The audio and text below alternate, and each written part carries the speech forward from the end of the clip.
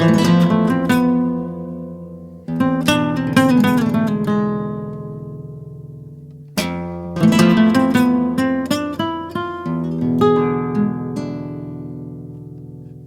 what is up? We are currently in Barcelona and I've been out here shooting at the Circuit du Catalunya, I think that's how you say it, which is a racetrack by Barcelona.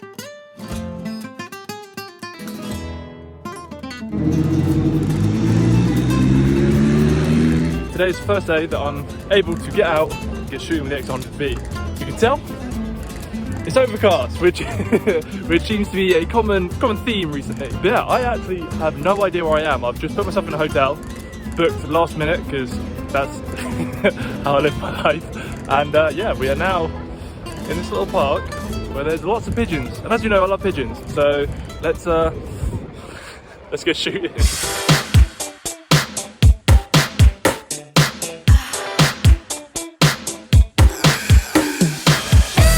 All I can say is thank God for Google Maps, because I have no idea where I am now. I turned off the main road and now I'm in some sick little kind of old street with just, yeah, little patches of light going around everywhere.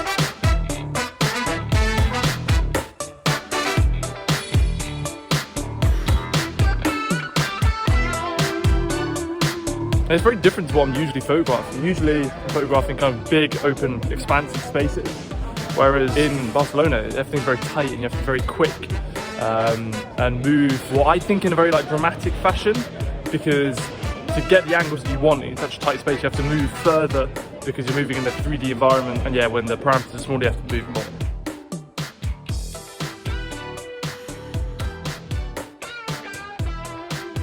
Now at some random museum place where there is a whole bunch of skaters going around, and I absolutely love this.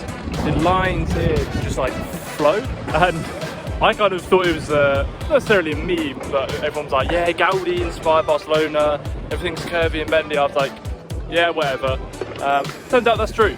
So there's so much architecture here that is flowy, and it's very different to London. London is very square, very straight, very Roman, really. And this is so interesting. So I'm gonna keep shooting here, keep playing around with silhouettes, a bit kind of, I guess, like sporty, trying to time it with some of these skaters. This is a cool little location, so I am absolutely buzzing.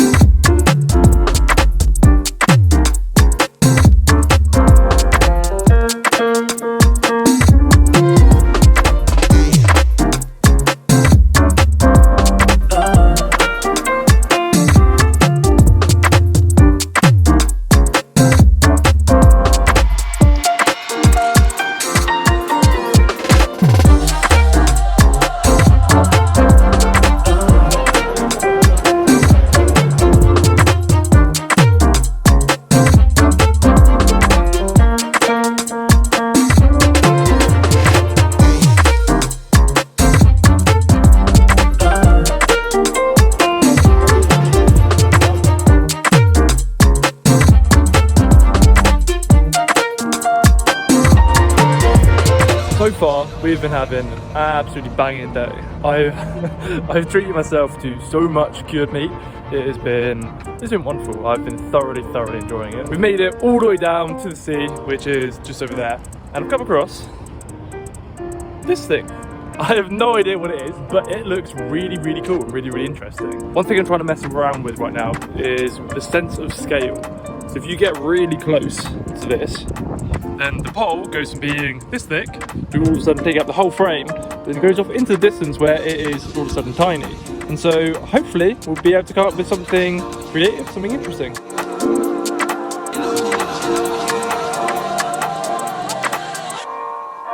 I'm literally walking from pole to pole, trying to find something different. Look at that. Let's take a photo.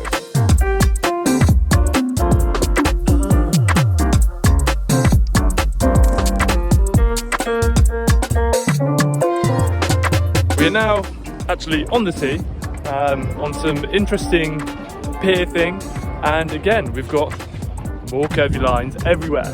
And it's so interesting shooting a city that I've never really seen photos from. I've tried Googling places to go take photos and nothing really comes up. And yeah, it's so fun literally exploring, following this little thing. And that I think is one of the blessings of photography, is it allows you and gives you the motivation and the drive to go out and just explore for the sake of exploring.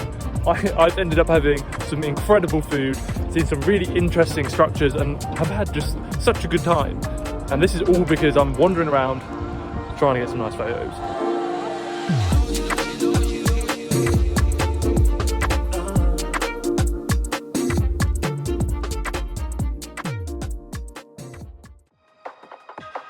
Day 2 in Barcelona.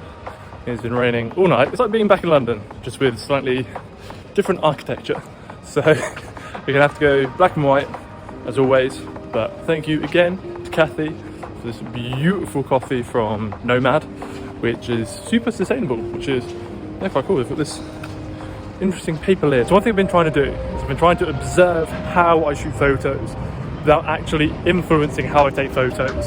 So it sounds pretty meta, but what I mean is, like, when I've got my eye, left-handed, up to the viewfinder, I typically kind of do this. I have a quick look around just to see whether there's any additional lines or anything else in the scene that I may have missed that I see when I'm actually framed up. This, I think, leads to really interesting compositions that kind of appear out of nowhere, because there'll be lines that I've never really considered before that all of a sudden make my frame look much more engaging and interesting.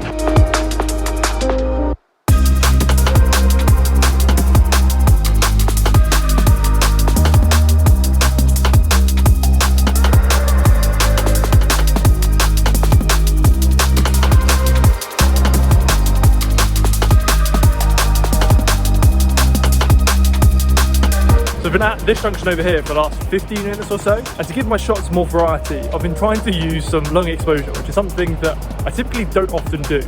Usually if I start getting below 1/160th, I feel like it's a bit meh, so I've dropped it all the way down, so we're now at 1/15, trying to get some subjects sharp and the background blurry, but I'm also going to try to flip it around and try to keep the background as, I guess, as sharp as you can, and then to get the typical subjects to then be the things that are out of focus, or not out of focus but blurry, you know what I mean.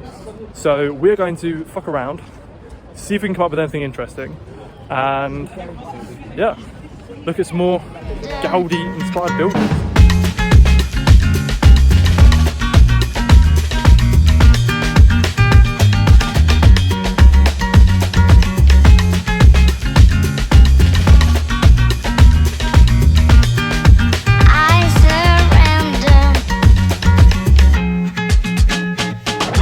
Found that shooting really slow, you have to become a human tripod.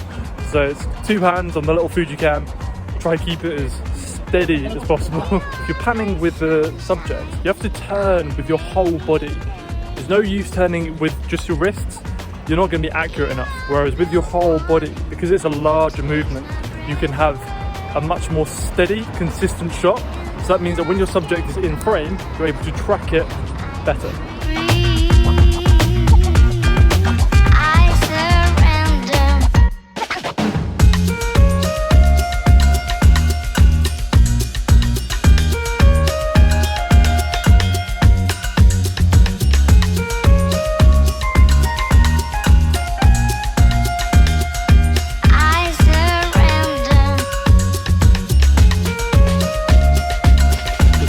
Has finally come out, and we are in front of the Arc de Triomphe, which is I believe it was built in like the 1920s. Please don't quote me on that. It's very new compared to typical Arc de Triomphes. It is so nice. There's a lot of symmetry going on. Obviously there's nice light, which is causing nice shadows, and yeah, I can finally get out shooting black and white. Not that I haven't enjoyed it, but it's nice to have the option to shoot colour on such a vibrant city. So that is a vibe right now. Can keep wandering, can head to the sea, see if there's anything cool over there. I'm sure there is. It's the sea, so I'll head up through the centre of town, make the most of this stuff. Wish it lasted forever.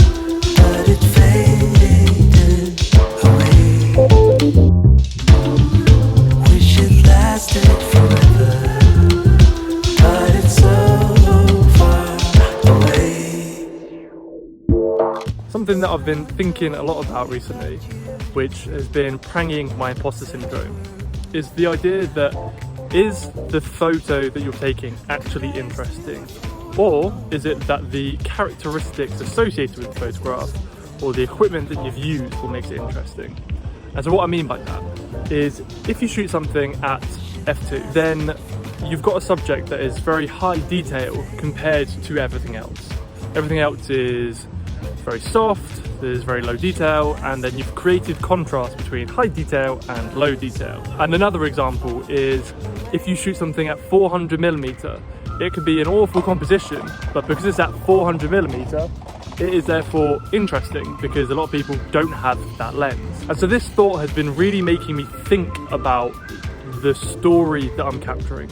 Is the actual subject interesting? If I shot this photo on an iPhone, would it be as interesting? If everything was sharp and everything was equally as visually interesting, would this be an interesting photo? And if the answer is no, then it's not a good photo. Then you're purely relying on the fact that you have expensive kit. And it's made me really judge a lot of my photos very harshly. And it's made me look at a lot of my work and been like, is that actually interesting? And it's pushed me to start shooting pretty much everything as small of an aperture as possible. So like f5.6 and above, to try and push me to be a more interesting photographer. And I think that with all of these things, it's an ebb and flow.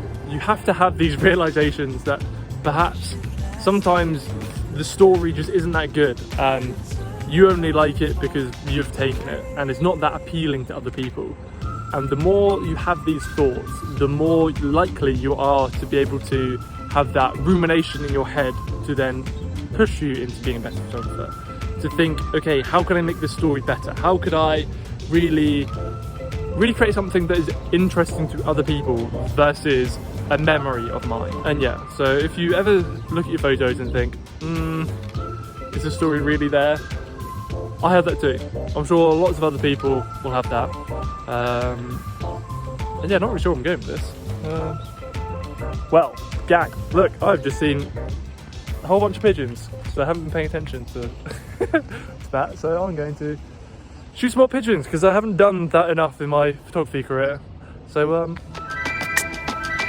pigeon gang.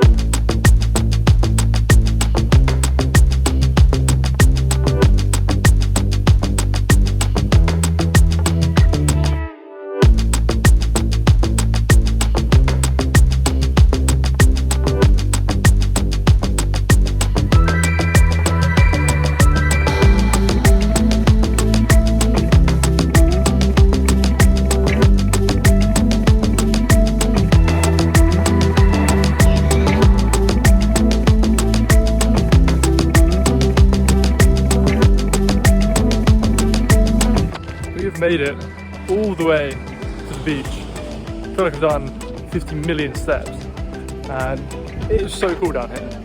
Obviously you've got sand, sea, over here got a little gym. Got a couple of photos, maybe a banger, we shall see.